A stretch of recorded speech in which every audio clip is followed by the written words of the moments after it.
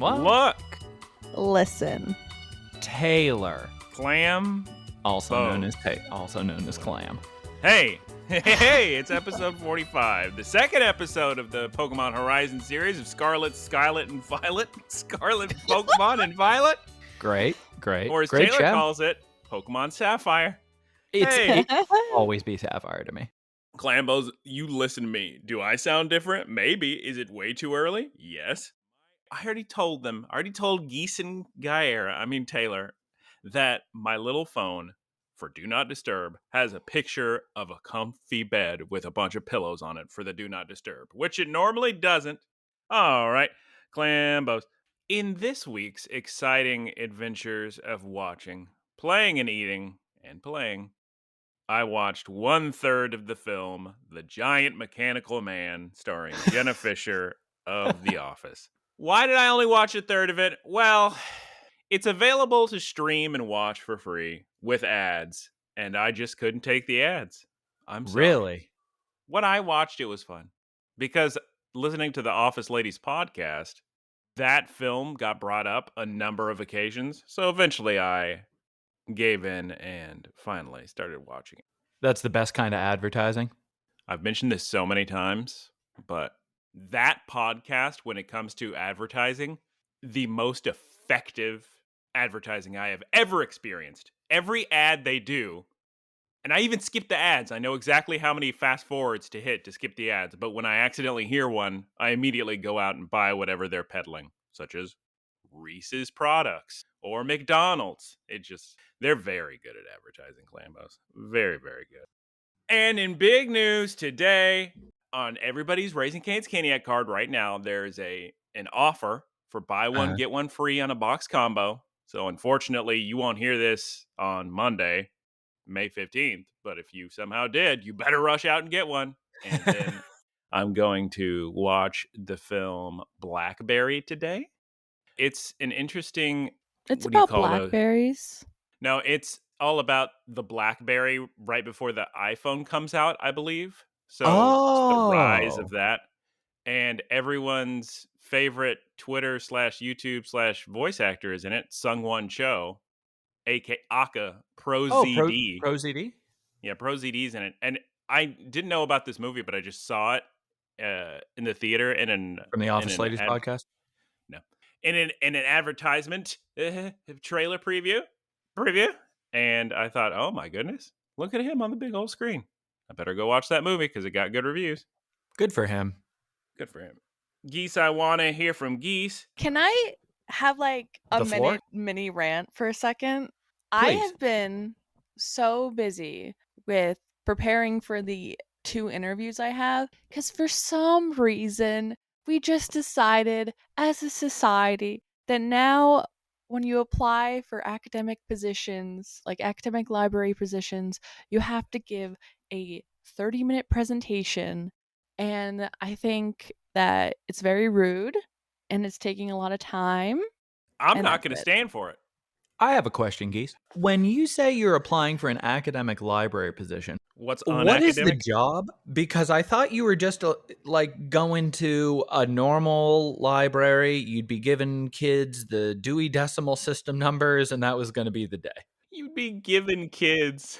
You just drop off a busload of kids at your feet. Well, that's what they do at libraries, right? Yeah. They read you a book about wolves.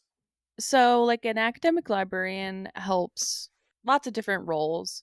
For example, like one of the jobs I'm applying to, I would help STEM students with their information literacy and research skills.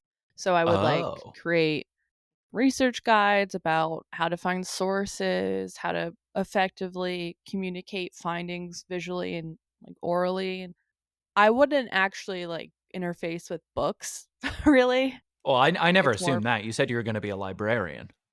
Got him. I think her main job is now just going to be trying to identify, did ChatGPT write this? Either that or just professional presenter / interviewer. Honestly, yeah.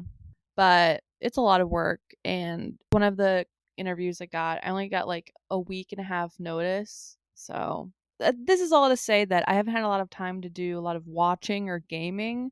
but the little gaming I have done, I've started Tears of the Kingdom, which, to be honest, hasn't really like sunk its hooks into me yet. I think once I'm done with the tutorial area, maybe I will get more into it. And then the other game I've been playing is Crab Champions, which is like, I'm trying to figure out how to explain it. It's like a run-based. It's Clambos. It's the most PC looking game you've ever seen in your life. If you think about what those PC nerds play, just a bunch of ugly things flying across the screen. It's Crab Champions. Access. It's just It's very fun. funny that you're like, okay, I've been working so hard, been so stressed, doing all this stuff. I can't even get into Tears of the Kingdom. Crab Champions, though, has taken over my life. No, I've only played it for like a couple of hours. I don't know if a roguelike is the appropriate. It's just throw genres. It's a RTS I don't know. dating sim. It is the Dark Souls of crab-based flash games. Yeah. You start as a crab, you start with a gun, and then there's stages you clear, and you get power-ups. I don't know. It's fun. It's nowhere near as fun as Tears of the Kingdom, Clambos, and boy, howdy, have I been playing that game. But unfortunately, I have to go to work every single day, and I haven't had one full day for Tears of the Kingdom to play and enjoy and love it so much. Clambos, here's a testament to how good Tears of the Kingdom is. Now, okay, one thing I do want to say is, if you're not a big video gamer, a big video gamist, I would say it's more complicated than Breath of the Wild, but still, there's so many. Okay, all right. We got to toot my own horn just a little bit. All right, get ready here. Somebody in the Discord. Here we go. Somebody in the Discord should not be named. What's the name? What's the phrase? Clambos shall not be named. Voldemort? No. No, it's when you protect the names of the innocent. What's the phrase you quickly throw out? You say real fast. You say redacted. Anonymous? No. Anonymous source. God, I know you guys know, so this makes this very annoying. Who shall not be named is all you say. Okay. Somebody in the Discord says, oh man, I wish I could figure out what to do in Tears of the Kingdom, uninstalling. And people, to be polite, said, fair enough. I said, no. First of all, reinstall it. Second of all, that's the great thing about this game. There's no quote-unquote solution that you're missing. In Tears of the Kingdom, every single obstacle in front of you has 1 billion solutions. So just keep goofing off and having fun, and you're gonna solve the problem.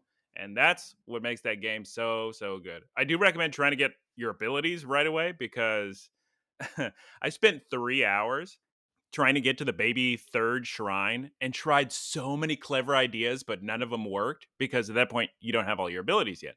Eventually, I just gave up and reloaded a save, and then realized I could just climb up a tree root, and then I was right there at the shrine. But it's still, I enjoyed every second of it. Such a good game. Everybody should play it. Gonna play it for so long. Guess what? I shouldn't even bring this up, but I'm gonna anyway, because I think this is slightly, you may find this slightly interesting. This week, I also played Jedi Survivor and Plague Tale Requiem. Just the demos, or? Well, Jedi Survivor must have been given away for free, or it's on PS Extra or something, because I have access to the full game there. Wait, you mean Fallen Order or the new one? Jedi Survivor is the new one. That to me, okay, Clambo, stop the presses. You ask me, Survivor sounds like the first game in a series, and Fallen Order sounds like the second game in a series. So if they had called it Falling Order, that would have been a good version. Got him. Wait, I've already forgotten. What is the name of the first game? Fallen Order? Plague Tale Requiem. No. That's the second game too. Plague Tale Innocence. Game. The first game's great. You like that game? I got a platinum in it. Wow. Real good atmosphere, really good. Guncan and I are always yelling out Hugo to each other. You didn't switch the game to French, where his name is also Hugo? Okay. Yeah, I did. Oh, sorry. Le Hugo. really It's cool great. imagery. Everybody should play it. It's an interesting thing to say. My opinion is that Jedi Fallen. That Fallen my Survivor. my opinion is that Plague Tale. I could download the 2-hour demo on PlayStation Plus Premium. I think Uh-huh. mainly I think I did that because I got my new expansion drive in, the new solid state drive. So now I feel just on top of the world and I can download anything. Uh-huh. And the 60 frames per second patch just went live for Fallen Order. no Plague Tale Plague Tale Requiem. Innocent. Plague Tale Requiem. So I tried it out and I felt bad because the whole time I was thinking, well, people are trying really hard on this game to make it, but I don't think it's a good game. I don't think it's well made. Did you play gosh darn. These two games have the exact same issue where instead of just putting a 2 after it, they give it a different subtitle, so it's real nice and confusing. Did you play Plague Tale Innocence? No, I don't think I'm going to play these games. I don't think they're good. That one's real good. I've heard I read a few things about Requiem, which is why I haven't played it, in that it kind of, because of the success of the first one, it got a bigger budget. They put bigger set pieces in it. They made it more of a AAA action-y feel, but kind of missed the mark. The first one is very atmospheric. It's a real slow, brooding trudge through the story, and it feels much smaller in scale. It's one of my favorite games. Really? That I've played in the It past feels few cheap years. to me. It feels cheap to me. Maybe I'll try it again. Well, later. we're talking about different games, though. Yeah. Did Geese, you- did- Sorry, I was just gonna ask. Did you Geese, play, stop interrupting, I Michael. no, I want Geese to talk is the problem. I want to move on because I've been talking for 4 hours. I want to hear about Mommy Pizza. But if Geese wants to ask a question, I was just gonna ask if you played Plague Tale Fallen Jedi. she couldn't even get through. She's laughing halfway through. That's a prequel, Geese. That's a prequel. That She has had her- Dark Souls-like exploration. She had her joke. Just from having a breakdown right now. She had her joke primed, ready for so long. She said it did, and then Taylor kept going. She probably, honestly, if she had just said it when she thought of it, she probably could have got through it. But the marinating on it for 10 minutes probably got her, man. I hate Really thinking of the interrupting. delivery. I hate interrupting. Well, Why? Do it. Let's hear about Mommy Pizza from Geese. Mommy Pizza is actually a really good band name. Just gonna put that in the back of my head. 1 second. I thought you were going to inject your information. Just start like hitting the back of your head like you're cramming. Sorry, I'm still recovering from the joke I made. So my sister and my grandma came over for Mother's Day yesterday. It's not like and you're we making had this story up. And it was pizza.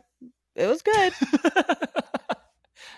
And They came over and it was pizza. we ate pizza. It was good. We got Lito's Pizza, which is like a local, I think, Maryland and probably Pennsylvania chain. It's really thin pizza and it's in a square, like a rectangle shape. Whoa. You have to be a mommy to Yeah. work there. Yep, that's true. Mommies only. And then this morning I had avocado toast, but I think the eggs I used to put on the toast were bad and they were yucky. How old Yeah. were they? I don't know, but what I should have done is like there's like a trick where if you think you have really old eggs, you put them in You a throw them bowl. away. Well, that too. You put them in like a bowl of water and like I can't remember if they sink or if they float. What that means, if they're Yeah, bad or just good. do the trick, Clambos. You know the one. I don't remember Just which means Google what. it. Guys, I'm gonna have a breakdown. I'm so stressed. From that joke? You told No. it, Geese. You told it great. I have just so much to do. I haven't even packed yet. I'm going tomorrow. Are you going to I have freaking Florida again?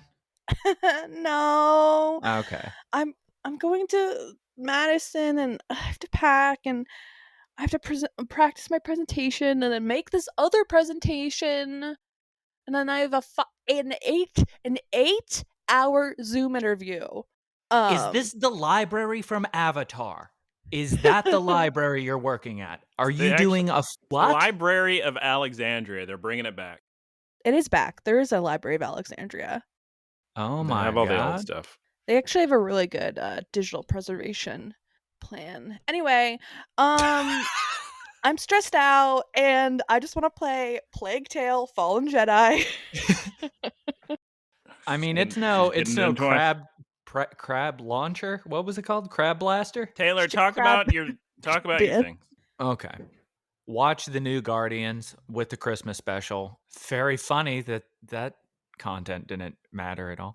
Calm yourself. Great movie. I don't know how James Gunn manages to make the movies that he makes inside the Marvel ecosystem. And the margarita. But he did it. He's totally escaped that orbit of Marvelism where they make the same movie just with different characters. So that was really cool. Playing 13 Sentinels Aegis Rim. I didn't think I would like it as much as I do, but boy, is it a good game. It's a very, very good game. Really good story, especially if you like Gundam. And then eating just tons of shawarma. Just a bunch of shawarma. I'm so jealous. There was an Uber Eats, but with our or the credit card that I have, it's a you get some kind of promotion for Uber Eats or Lyft snacks or something like that. And then there's a buy one get one free on the same service. So I think I just got 8 things of shawarma, and it was like $12. So I'm just eating shawarma every day. There you go. Guys, I have an update, live update. What? Guyera cut this out of the episode, but Okay. or actually, you don't have to cut it out. Live update. I just Yeah. got my final schedule for my what? So with the like the little prelude of the like, okay, cut this out. You don't have to cut this out. Okay, live update. I'm gonna have a breakdown. I just got my schedule for my interview and for my in-person interview, and I start at 8:30 a.m. I usually don't wake up until 11:30. Daylight savings time and time zone switch. Easy. Also, oh my goodness. Is she gonna cry? I'm about to. My presentation is in a courtroom. That is so sick. What if this is like a weird case of entrapment and you're secretly being tried for a crime? They better tell you to approach the bench at some point. You're going to have to say Your Honor. Your Honor? Just say, ladies, gentlemen, Your Honor. Actually, Taylor is correct. That's going to endear you to them if you say Your Honor. Or they're going to love it. Make sure to say, I rest my case at the end of your presentation. Nothing further, Your Honor. I made a PowerPoint, so I hope they have like a thing I could use. If extraordinary attorney Wu is any indication, PowerPoints are absolutely acceptable in a court of law. Also, I ate fried dough dipped in condensed milk. That was fun. No, it got old quick. But the thing is with this place that I ate, transition. The thing with this place I ate, it said they didn't sell half the food on Tuesday, and I was there on a Tuesday, and I got very concerned. But then the nice man, I went to the restaurant, and it's all closed. But then there's a sign that says, "Oh, after hours, you can go 2 businesses down and buy stuff from us." And I went, okay. This is weird. So I went 2 restaurants down, and I asked if they could potentially sell me some fried dough. And he said, fried dough? All right, I got you. And he did sell me fried dough.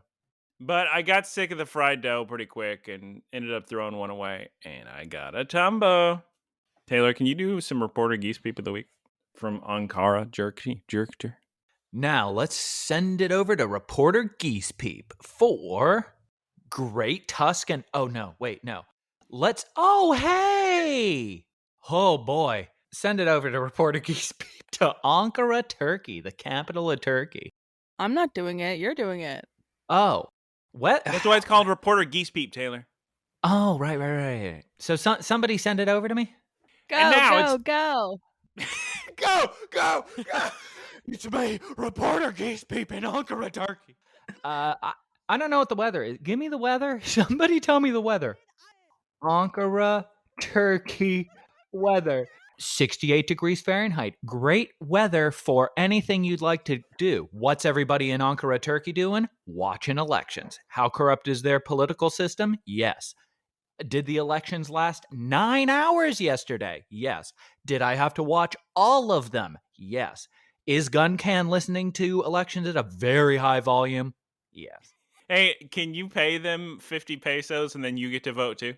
That'd be cool. I'm sure. You should hear the stuff that they do. So, quick little rundown on the government of Turkey and how goofball it is. They have a democratic system. Their system worked pretty well. They were doing really, really great about 20 years ago.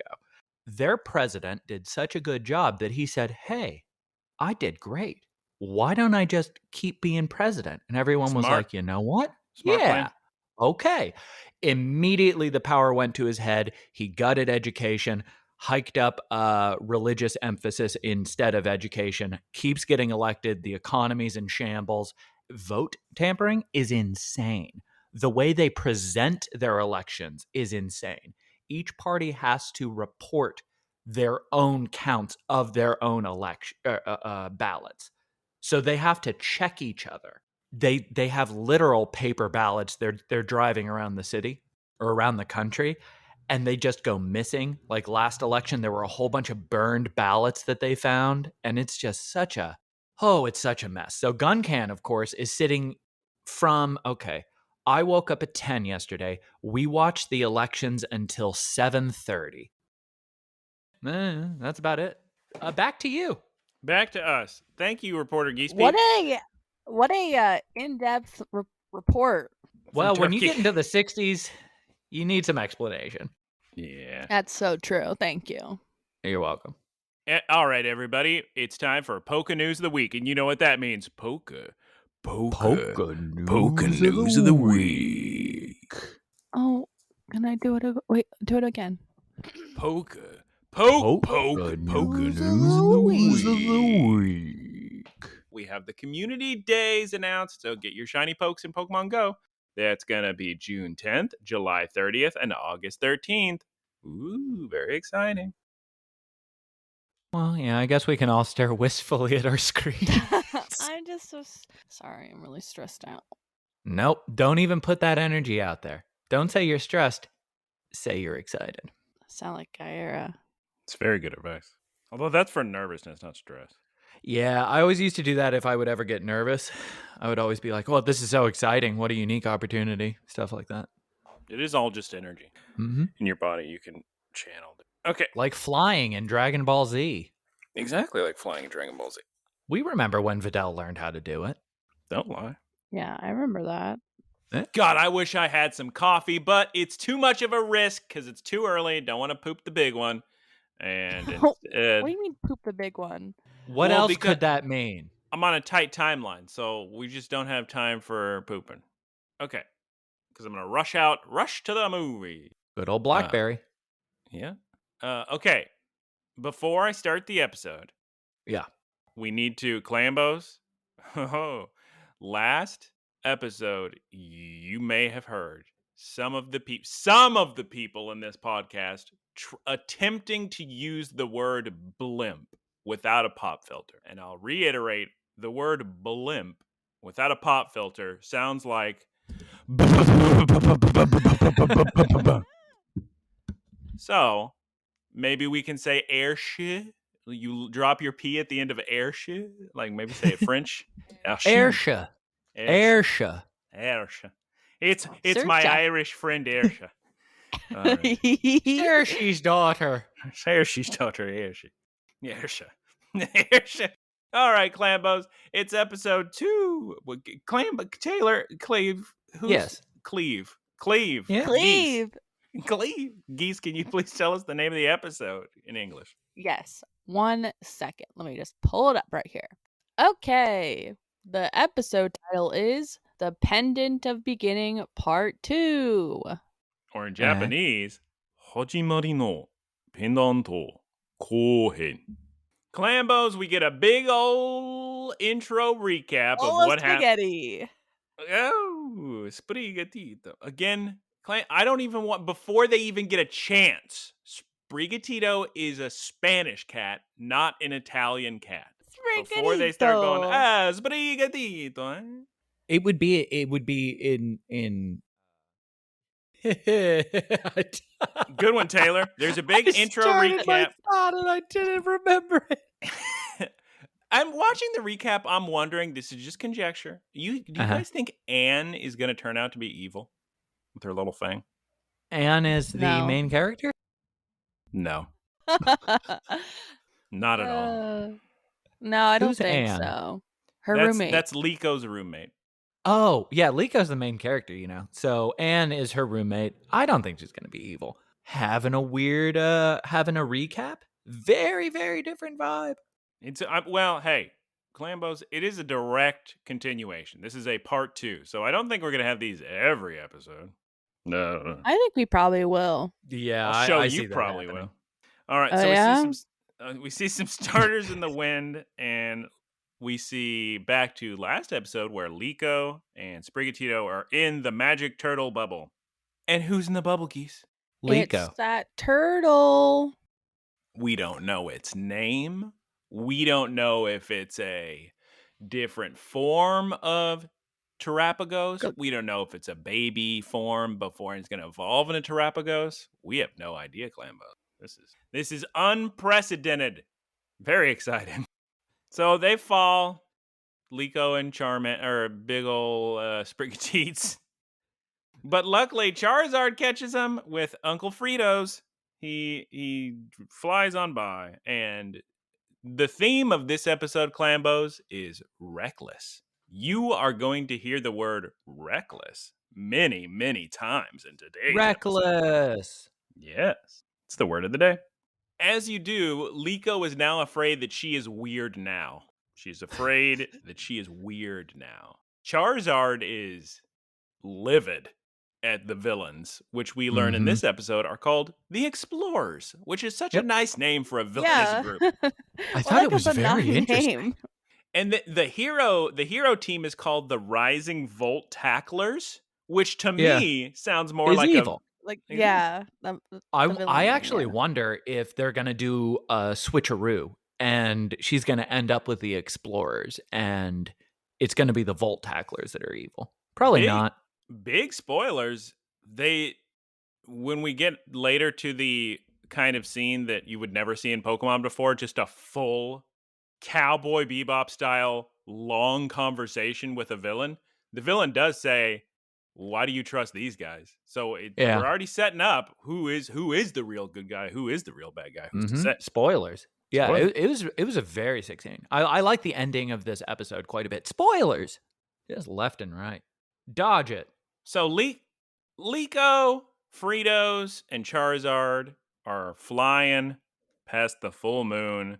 We get some poetic dialogue from Liko, and there's some real fancy schmancy music. Did you already mention Uncle Frito saying "be less reckless"? Yes, several times. Okay. I didn't know if he had actually said that at this point in the episode because I don't have timestamps. I thought of Geese whenever he said that, and I said, "There's no way that's Ash. Ash would never, in a million years, say be less reckless." He looks and sounds nothing like Ash. With that, I know. That's a fun fan. That's Geese's. What do you call his fanfics? Delusional. Yeah, it's just my AOC. AOC is a politician, but I guess I'm in denial. I just miss Ash, and I miss the goofiness and the fun. Pokemon Sapphire is serious business. And then Clambos, it looks like the logo for RE Engine, the Capcom engine for Resident Evil games and other things, when she puts her hand up against the moon. So we learn that the main two-tone villain's name is Amethio in both languages. Convenient for us. There are a couple names that are going to switch language, but we may switch to Japanese. We'll see. We'll see when we get to it. So the entire villainous team at this point, they watch the Charizard fly away and they say, "It's morphin' time." And they tap their watches. Yeah. They They're hit Apple Watches. Yeah. And they're just magical girls. Yeah. They're magical, girl. Which is very funny because when they transform into their team uniforms, they look substantially less suspicious than they did before.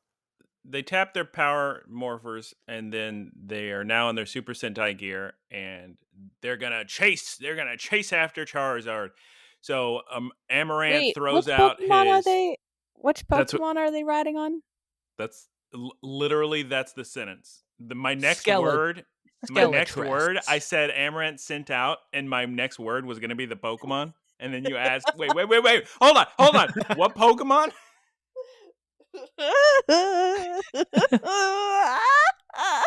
So Creme de la Menthe throws out a Corviknight, and his two lackeys throw out two Skarmories.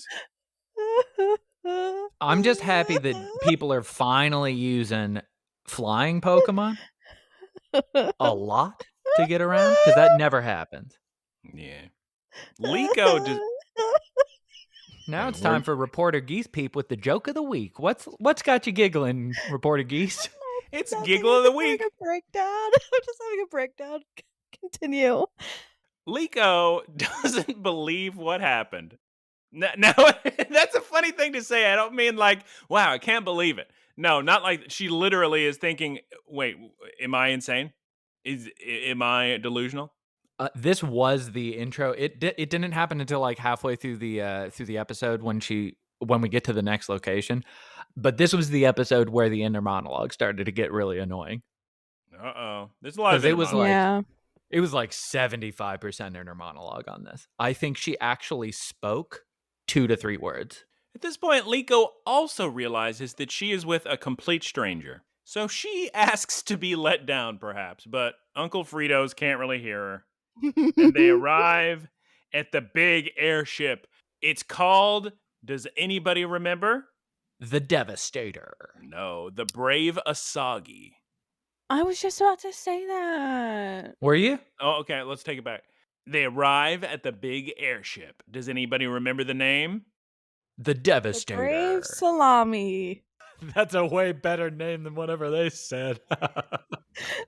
She got so excited for her joke. She's holding on to that one for 45 minutes. The Brave Salami. That's what she was laughing at earlier.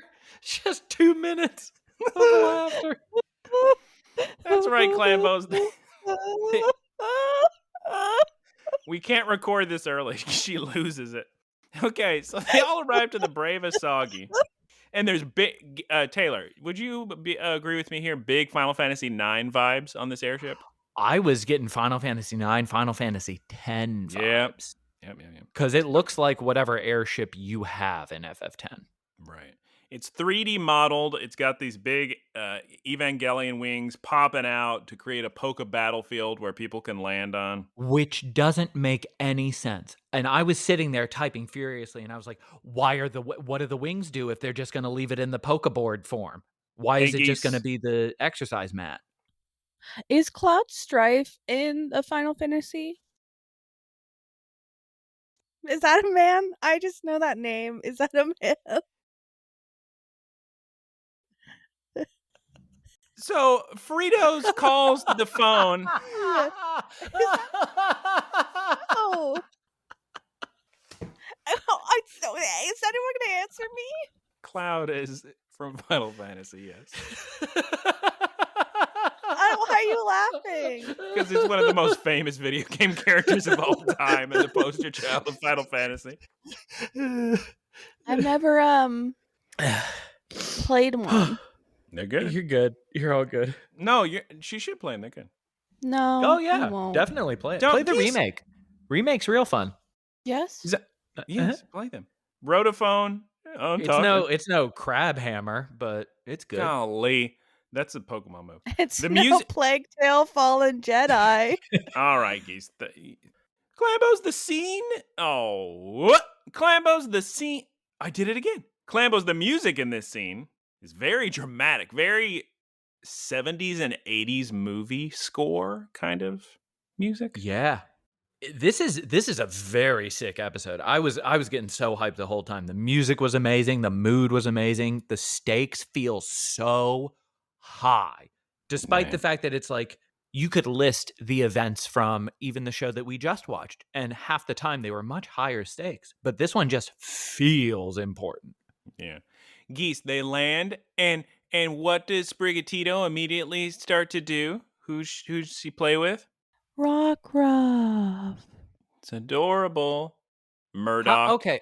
You know what, Geese? I have a question. How did you know that? Just off the bat, he said, "Who's Sprigatito playing with?" And you're like, Rockruff. How did that happen in your mind? Because I was thinking, probably just one of the dozen or so cute Pokemon that was on the deck. Well, he asked me because I specifically really like Rockruff. Oh, okay. So that would be like him asking if I saw Bidoof, and I would say Bidoof. Okay, I understand. Say no more. Rockruff was a main character in Sun and Moon anime too. Well, a different Rockruff, not that Rockruff. That's a good name for a Pokemon. Rockruff. Murdoch walks up. It's his Rockruff. We introduced him before. He's the old guy with the gray fork hair. And then Murdoch. These names. Murdoch. Murdoch. Murdoch and Fritos do a wild handshake. They're like moving their arms up and down and left and right. It was very, like, how can you land on top of a flying fire dragon? Like, you've been flying on that through a storm into a sky ship with movable wing Poke platform. And the first thing you do is a little handshake. Oh, time for a special handshake. Like, everything they did was sick. Yeah, they're real sick. They're moving. Their hands are moving every which way, but everybody gets real upset with Fritos because it seems to be the case. They suss out that he has told Liko absolutely nothing. Poor Liko, scared out of her mind. She almost died, and they said, "You didn't tell her anything?" And he was like, "Oh, did I not?" And they got upset at her. You don't really see that kind of sympathy in media very much. It's normally like everybody expects there to be this enigmatic veil over whatever's going on, and then they get to do the exposition dump halfway through their introduction. But this time they were like, "Wait, why didn't you say anything?" And I was like, that's rare. Am I muted or not? No. I attempted to mute and it failed, so that's cool. All right. Yeah, that's great. And then Clambos, we see some cute pokes running up. It's Fuecoco and Pommy. Gonna make a deal with God. Oh, right. Fuecoco and Pommy come running up, and Liko is enamored with these pokes. She goes on about Doki Doki for pokes, and this is so cute. Look at these Pokemon. What is Doki Doki? That's your heartbeat. Race? Doki Doki. Oh. Yeah, your heart is racing, so you're going Doki Doki. Is it an onomatopoeia, or is it? Yeah, it's an onomatopoeia. Doki Doki. Okay. Doki Doki. And then Murdoch shows off the other pokes hanging out. We got a Snorunt, a Noctowl, and a Shucks. Shuckle the Shucks. Shucky the Shucks. Shucks. Such a cute Pokemon. Cuties all around. And Liko decides, well, maybe I had to trust these guys on account of look at all these pokes. I like Which is pokes. kind of I think that's a good way of measuring a person, how the Pokemon are being perceived. Yeah. Or how the Pokemon are perceiving them. Pink hair, chancy jacket girl introduces herself as Molly. Murdoch also takes this opportunity to introduce himself. And then Sprigatito starts playing and sweet scenting Rockruff's tail, and all the other pokes are jumping in there. And then we get Geese and Taylor's favorite part of the episode, a giant inner monologue. Yep. I think this is when it hit me. Yeah, I think so too. Yeah. Liko tells herself she actually splits into two. She has her normal body and her inner monologue ghost body, which pops up at Taylor size. And then she says, I need to focus and not think about how cute these Pokemon are. Bad life advice, by the way. Yeah. So she's about to try to get some answers, but oh my God, she's immediately interrupted by the rotophone. Oh no, the explorers, they're on their way. They're coming straight for us. Shuckle is concerned. I want you Clambos to watch this episode and just pay attention to Shuckle because his little face, his little worm face. Very good. Taylor, what is a brewing? What's coming straight for the ship that they're flying straight into? A storm. Yes. I do like the all the Star Trek kind of things that are going on here, like them flying into a storm to avoid pursuers. The Uncle Frito yelling out my favorite girl, Glove Girl, saying you got to push the engine harder, and her saying I'm giving it all she's got in so many words. Can we talk about Oreos? Glove Girl, yes.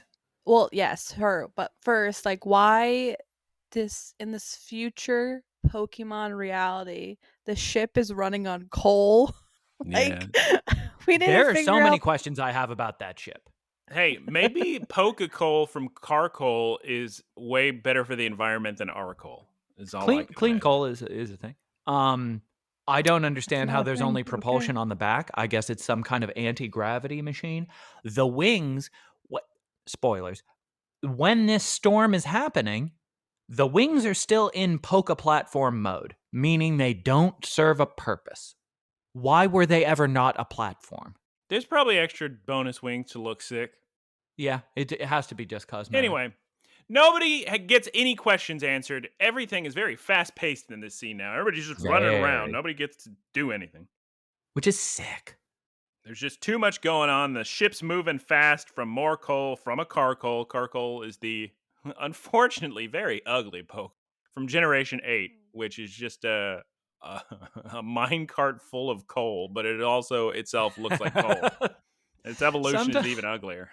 Sometimes on Pokemon designs, I'm just totally blown away. And sometimes I'm like, you did that 20 minutes before your presentation. And there's a Slugma in the furnace. So basically, the girl, Oreos, shoves Poke Poop from Carcoal into the Poke Mouth of Slugma to power up the airship. Charizard walks by, and he looks through the porthole, and it makes me laugh. He's just like looking in with his little eye. It's very good. Is her name Oreo? Is Glove Girl Oreo? In Japanese, yeah. In English, her name is... I think it's Orlo. We can call her Oreos. I like Oreos and Fritos. Yeah, Oreos and Uncle Fritos. Personally, I think the storm looks very sick. It does. All of the animation in this episode looks great. Yeah, the color scheme is very, very, very, very cool. Giving me Saga Frontier demo disc vibes. Very sick. Oh. Their flag is cool. And, oh, my Clambos, if you're still with us, the power's going out as the evil approaches. And Geese. Yeah. As the explorers approach, who do we meet as Uncle Fritos runs into the captain's chambers where you control the ship? Very sick title card. Captain Pikachu. So sick. Oh my god. He commands the ship by sitting on his tail. His tail is completely straight. Just he balances all his weight on the bottom of his tail. Very sick. And he's got his arms are always crossed. And he's got a little smug look on his face and a captain's hat. He knows he's in charge. So sick. And is that the only time that type of introduction has been done in Pokemon? I doubt it. Because I don't remember seeing it. I hope it doesn't happen again and it's just a one-off. Just totally random. Fritos asks a nose pass where North is, which cracked me up for a number of reasons. Very funny. Number one, he shouldn't even have to ask because nose pass is supposed to always be facing north if it's just hanging out. And then he's flying in the sky and he sees all these cities and he's not sure where north is. I mean, I guess there's a lot of going on, I suppose. Personally, Clambos, I believe Molly has sick earrings. That's all I have to say about that. Which one's Molly? The pink Chansey jacket. I didn't look at them. I didn't either. They're very sick. She's got like one up here and one down here.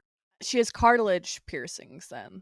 I just noticed her eyes because she has those anime eyes I really like where they look very disinterested and sleepy. Oh, yeah. Yeah, me too. So sick. And yeah, Oreo's name is Orla in English, but it's not as good. You know, it's interesting. Orla. There was a character. Yes. There's a character in Chrono Cross named Orla who had a very similar vibe and wore gloves. Well, how about that? Yeah. Frito says we're going to fly straight into the storm. They'll never follow us in there. They're not that stupid. Turns out Murdoch and Alolan Muck are not into that idea. I guess Murdoch has an Alolan Muck as well, or he's just the muck on the ship, Alolan Muck. I can't tell because when they later on there's a great cut to a duck running through a Poké door. Quaxley? And that kind of told me that none of the Pokemon are ever in Pokeballs here. So they're all just kind of roaming around and are members of the ship. Crew. Could be. Which is sick. Again, we get the word reckless. Theme of the day, Clambos. Theme of the day. It's very reckless. All right, everybody. We gotta drive into that storm, and the only way we're gonna do it is if we go into overdrive mode. Charizard, blast all your fire into this furnace. Fuecoco, you help too. And Geese, why don't you tell him about baby Fuecoco? Fire Yeah, type. he's helping. Yeah, He No. was Trying to- helping for sure. he's trying. Then he his fell best. asleep. Yeah, he fell asleep, Clambos. And then we see what Taylor mentioned earlier, Quaxley in the hallway, tripping all over himself. And the ship gets closer to the storm as Team Explorer closes in. There's now we- such sick music. My goodness. And now we see Ludlow, who was in last week's episode sitting on a bus stop, but we hear no words from him. We just see his grandpa-looking facial hair. So he has white facial hair that covers his whole face and eyes. That's all we're ever going to know about Ludlow, I guess. Poor Ludlow. Taylor, does Ludlow go to watch Muck? Is that what happens? Is that what his job is? I have no idea. I thought he was kind of just standing there like a supervisor. So yes? Luckily, there's a force field all over the wing deck, which is where that Poké Stadium is. And then we get storm and rain and music, and it's super sick, and it's so dramatic. Team Explorers breaks through the... To me, Barrier? it's like a force field. I don't know. Yeah, it looks like a force field, but it also, like, if it can just get pecked through, I assume it's just for weather. At this point, Liko now breaks the fourth wall and asks if she is a heroine in a story, which... That was a little too much.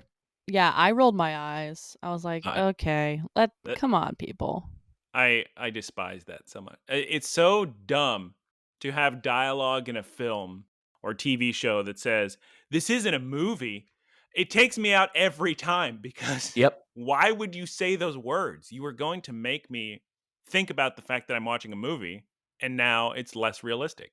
I don't understand it. That was part of the Forspoken material, had very similar vibes in the dialogue, and I just kept thinking, I can't imagine a room full of people saying, yeah, that sounds good. They're going to love it. The biggest perpetrator of that to me was, and now people really love this movie, so maybe I have to give it another chance. But at the time I watched it, I really disliked Halloween 3 Season of the Witch, and it was so much less realistic to me than Halloween 1.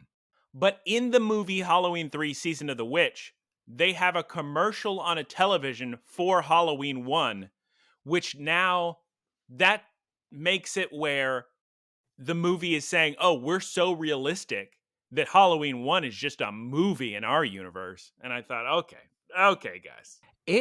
I agree with you, just because there's no way of doing that in a palatable way, because then you're saying, oh, I guess a movie character is coming after them. Or was the first movie a documentary? Halloween 3 Season of the Witch has nothing to do with Michael Myers. It has to do with an evil company and pumpkin helmets that suck the lives out of children. Oh my God, I forgot about that. Oh, I watched that. What a weird freaking movie that was. Scary song, though. I feel like everybody who writes stuff like that thinks, oh, that'll be real cool. A wink at the camera kind of thing. And I guess it's played for a laugh. I'm guessing they think most people don't care. They just go, oh, I recognize that. Yeah. Okay. Clambos, the Pokemon, they're shaking out of fear. They're so scared. And they're hanging out with Liko. And then my big question is, where is everybody? Because the villains just walk into the room with Liko and the Pokes, and they have a full scene, a full conversation. I was expecting that to be a trap. I thought, surely the person they're trying to kidnap, they broke through the force field. They entered the ship. It's not a massive ship, unless everybody's chilling out at the furnace. And they found the main character huddled in a corner in a pitch black room. There has to be somebody around. They're going to say, ha, we tricked you. It's another character in disguise. It's a Mr. Mime. It's something. But no, it was just, everybody left. They forgot who they were protecting. Very weird. I thought she would turn around and it was going to be Molly in a wig for a second. And I was like... Exactly what I was thinking. No, I thought it was one of the main characters, or one of the other characters in a wig. Oh, because her back is to the camera. That's right. Yeah. So Amaranth asks a million questions. Liko says, I don't know, to every single question. And she says, yeah, I guess I can't trust anybody. Baby Shuckle's just hiding in his little shell. Got that from Angela Kinsey. She was talking about that in the Office Ladies podcast. How many times they had to reshoot a scene because anytime she had a vowel followed by an L, she would say shell instead of shell. Oh, no.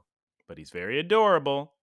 Yeah, and this is what I mentioned before. You would never get a scene like this in old Pokemon series. Just very serious, long dialogue back and forth. And it's not like, ha ha ha. It's just a conversation they're having. Yeah. With some very good points. And then she just says, this is fine. And she walks out. She just decides to go with them out into the pouring rain. And poor Sprigatito, she's not happy. And then out of nowhere, we get Fritos and Oreos. And Fritos is here to fight and protect as the leader of the Rising Volt Tacklers. Which he should have been doing when Liko was alone in that dark room. Yeah, where was he? I don't know. And they have another big, long conversation. It's crazy.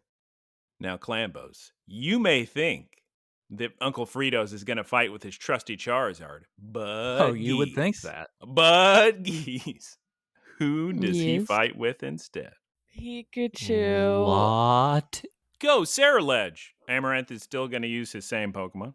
Then we get a big, sick battle. Thunder Punch, Double Team, Psycho Cutter, Bitter Blade. Oh my god, he Bitter Bladed the after image. And the whole time, Pikachu was up on top of the ship with all the lightning, all the storming, and he uses Volt Tackle. So powerful. I like that it's just Naruto. Use Lightning Fist, use Shadow Clones. Like, that was great. Double Team, Psycho Cutter, Bitter Blade. Volt Tackle, so powerful. A Psycho Cutter, it hits the ship. This Ceruledge is the most dangerous Pokemon I've ever seen. All he does is destroy with his psycho cutting blades that never hit their target unless he's trying to kill women in buildings. Yeah. The fight was very funny to me for the same reason that a lot of Pokemon fights are very funny. It went Soul Blades. Is that the Pokemon's name? Because that's what it says in the Ceruledge. Is his English name. Ceruledge.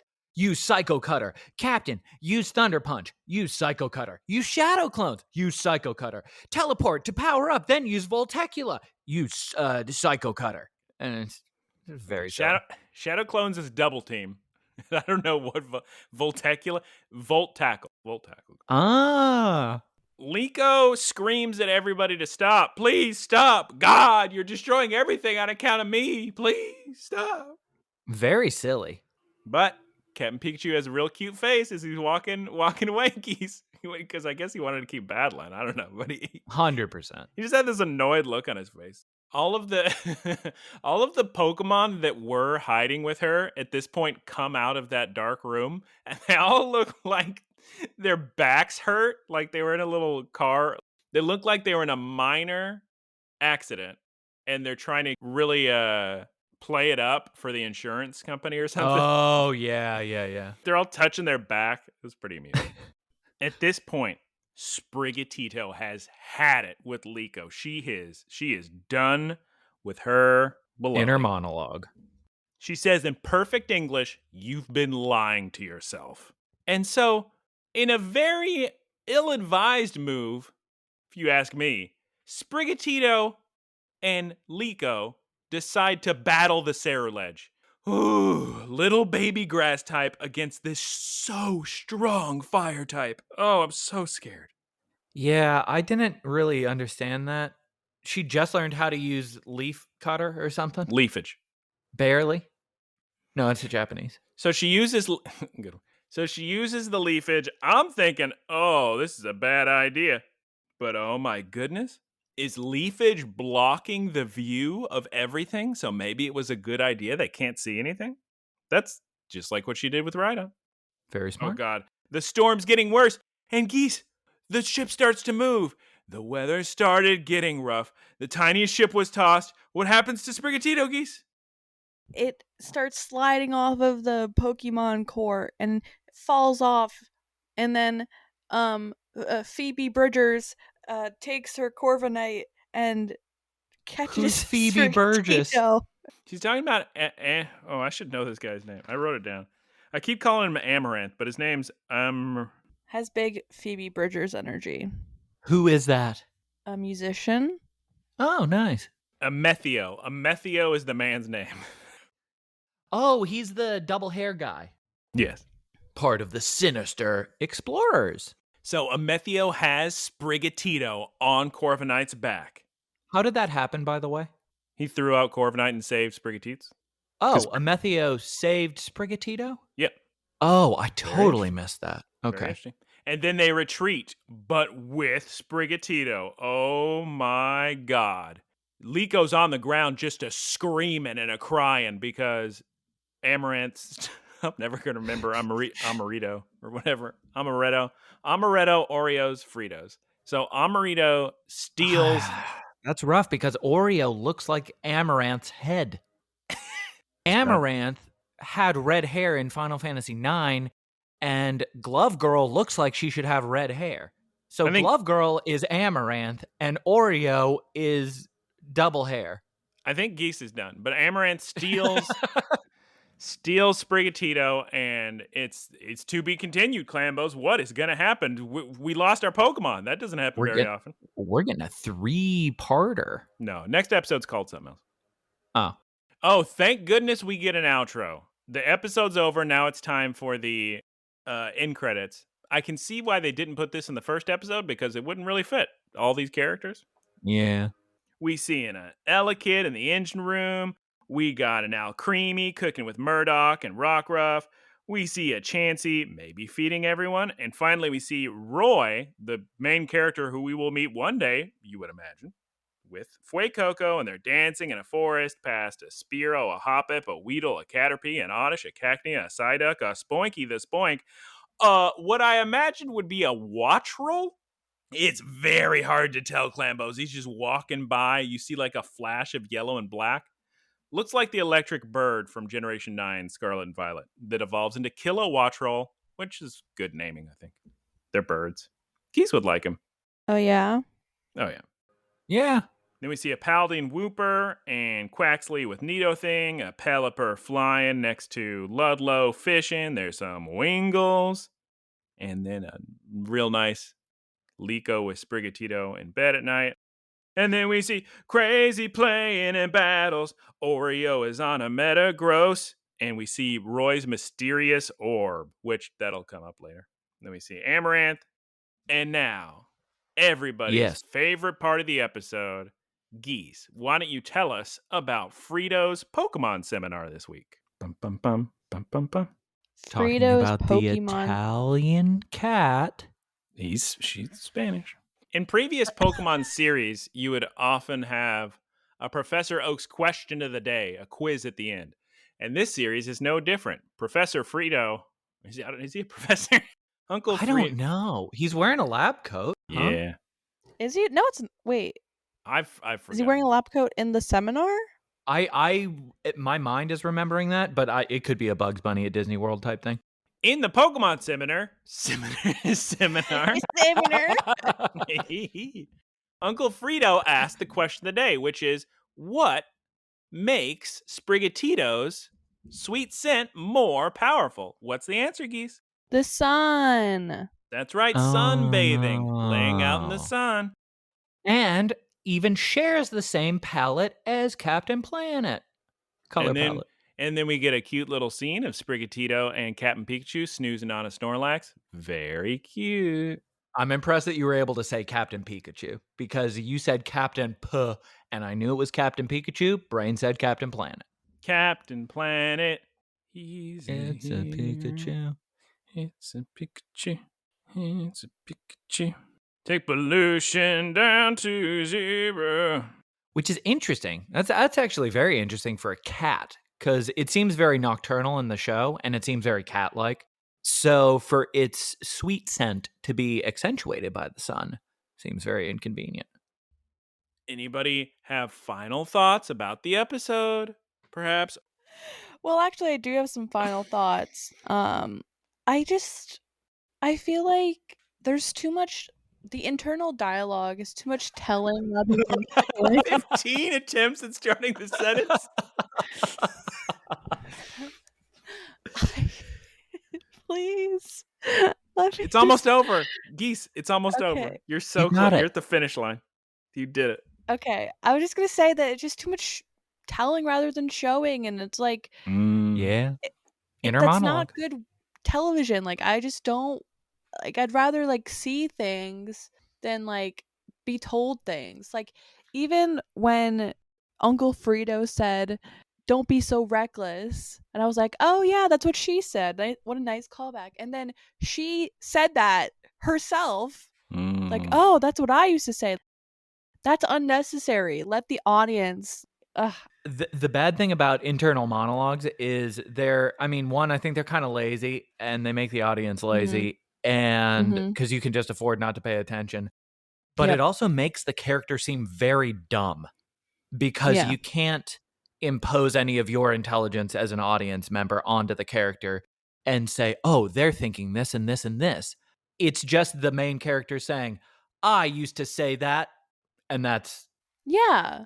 Ash, we didn't know what he was thinking. And it would be like a nice, fun surprise to see what he decided to do in a battle, for example. We weren't told what he was going to do. We saw it. It's just so different from the other Pokemon stuff we watched.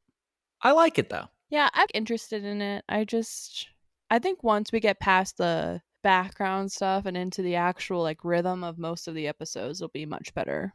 Yeah, I'm pretty eager for Liko to find some kind of sense of identity because it's very fun to watch. And I think the plot that they have going on is really interesting. They also didn't really have a through plot like this in any of the other Pokemon stuff that I've watched. So I really like that too. There was a through plot and many through plots in Sun and Moon that we didn't get to. Regardless, I'm excited to keep watching. It's really hot in here. All right, Geese, maybe time to send it to the wrap up. Okay. Thank you, everyone, for. Come on, Geese. That boilerplate isn't going to thank itself. Thank you, everyone, for listening. You can follow us on social media at Look, Listen, Cast on Twitter, Instagram, and YouTube. Thank you to Keith for our artwork. You can follow Keith on twitch.tv/KeithSquared. Guyera? Why am I sound like I'm in trouble? Thank you to all of our supporters. You can support us if you go to looklistencast.com. There's a link for Spotify for podcasters and support us monthly. Thank you so much. Taylor. Show this to your grandmother. And thank you for our boilerplate, Keith. Thank you, Professor Ticklebits, for the ad edit, the boilerplate, the website, you name it. Yeah, thanks, Professor Ticklebits. Who's going to read the question this week? I'll do it. All right. Okay. Taylor can do it. Actually, Geese. I'll do it. Geese.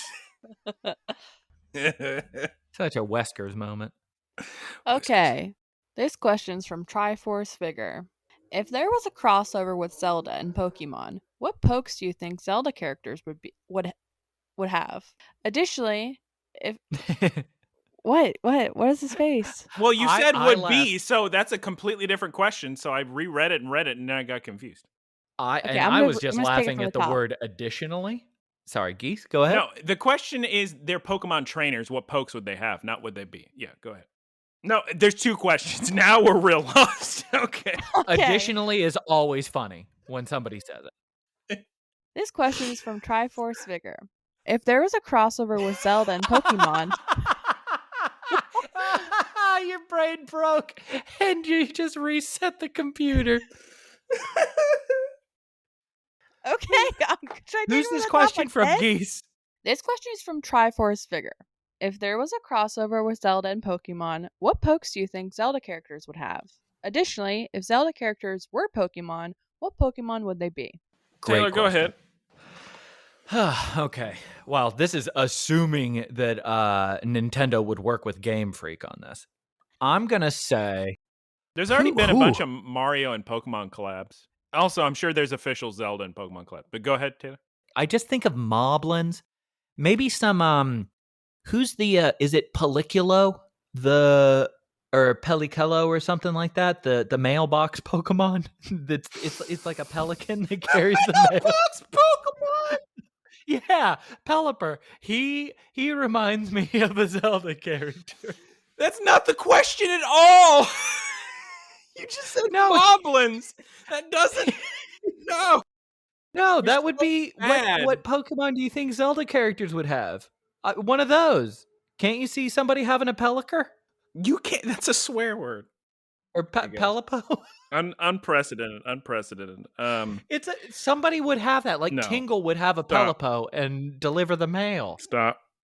That's a great answer. I think the Rito would be like, what's that Pokemon bird that looks like a totem? Or Xatu.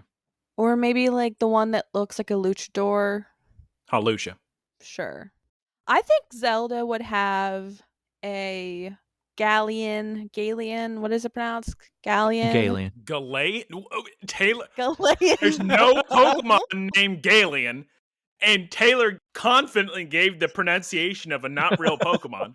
You're talking about Gallade? It's a region. Galeon? The Galeon Galar? Ponyta? Yeah. Galarian. Yeah. Galarian Ponyta. And she'd definitely have fairy Pokemon. You don't think she... Oh, man. Like Sandshrew would fit really, really well. With the Gorons. The Gorons would have some Sandshrews. That'd be so sick. And what's that other one? The Pelican one that I was talking earlier? Great match for Tingle. Yeah, Pelipper. 100% going to be with Tinkle. Here's the thing about every media franchise that isn't Pokemon. You'll see the random enemy designs they come up with, and you just think, God, these aren't as good as Pokemon. That's what I was thinking with Tears of the Kingdom, too. Just walking around and you see these birds, and you're like, oh, these are nice-looking birds. Not Pokemon, though. Yeah. But that would kind of suck if everything was just really distracting and made you think of Pokemon. No, I know. I feel bad, though, because in Zelda, you eat animals and stuff and hunt animals, and I just feel bad because they look pretty. Yeah. What is wrong with Geese? We're going to wrap it up. I'm sorry, Triforce Vigor. Geese is down for the count. I'm unwell. She's unwell.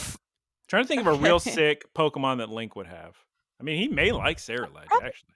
He'd probably have Charizard. Gallade. No. It'd be like a sword fighting Pokemon. Oh, he'd probably have an Aegislash or something. He'd have to have something green because it isn't his Triforce color green. No. What's the Triforce do not have different colors. He just has the Triforce of... No, they don't. What do you mean? Yeah, they do! Like Ganon's is always red. Zelda's is always blue. You're a liar. Like the pendants match the Triforce. No. Those are the three goddesses. Yeah. Din, Nehru, Furor. But the Triforces are all golden, but it's courage, wisdom, power. Anyway, we're leaving. Goodbye, everybody. Say goodbye.